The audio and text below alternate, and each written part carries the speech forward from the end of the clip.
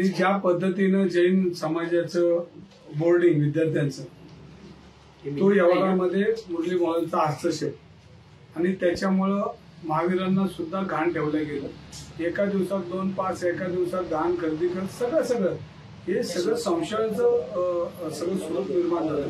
आणि हे सगळं बघत असताना मुरली मोहोळचा याच्यावर आशीर्वादही लपून राहिलेलं नाही।